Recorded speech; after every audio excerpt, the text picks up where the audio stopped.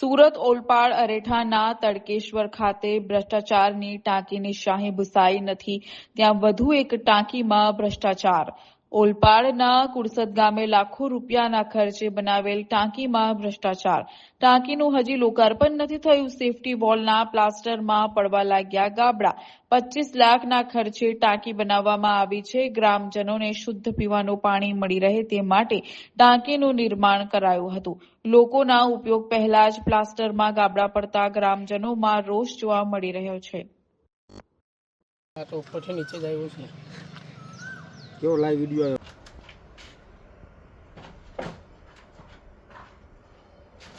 આવ્યો? ફોન તો લાવી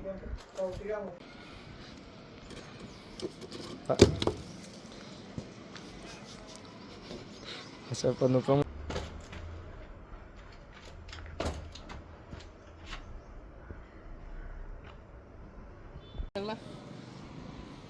પડે એવું જ છે.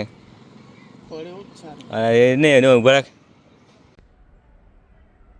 અમને જોયા પછી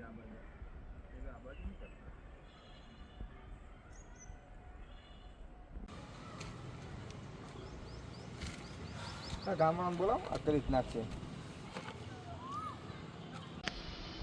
આવવાનો 2 વાગે તો વેટ કરીએ ને નીકળીએ.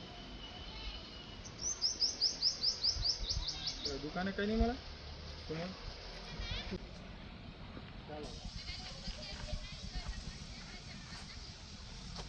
કોકો પીલા નહીં કે જવાબ આવ્યો ખબર કે હેલી ચૌસાએ ટાંકી જો નહીં કે ભ્રષ્ટાચાર છે એ તે નથી કહેવાતો તમારે. મેં કીધું ઉપર સીડીઓને બોલાવો તો સીડીઓને કહે ચલાવો ને બસ અમારું વાકું મારવાનું. 15માં નારા પંચમાં 25 લાખની ટાંકી બનાવવામાં આવેલી છે, પણ ગુણવત્તા થોડુંક ઓછું છે. એ લોકોને વાત કરી છે અધિકારીને, તો એ લોકોએ કીધું છે કે આપણે રામનવમી પતે ત્યાર પછી એનું આપણે કામ કરી આપીશું ને ત્યાર પછી આપણે એમનું પેમેન્ટ અટકાવીશું. કદાચ આપણને ગુણવત્તા જો કામ નીકળેલું હોય તો આપણે એનું પેમેન્ટ પર અટકાવેલું છે. એટલે અત્યારે ગુણવત્તા ટાઈમ કાઢ હોય ત્યાર પછી આપણે એનું પેમેન્ટ કરીશું. 25 લાખના ખર્ચે ટાંકી તૈયાર થઈ રહી છે. 1 લાખ લીટરની ટાંકી છે.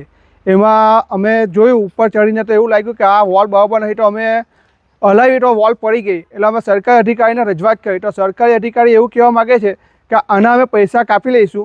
અમારી રજૂઆત એ છે કે અમારા પૈસા કાપવાનો ભ્રષ્ટાચાર થયો છે એ અમને ખબર છે, તો તમે એમને રેડ લિસ્ટમાં રાખી એમના કોન્ટ્રાક્ટરને બાકાત કરો અને એમના પૈસા બંધ આપતા નહીં.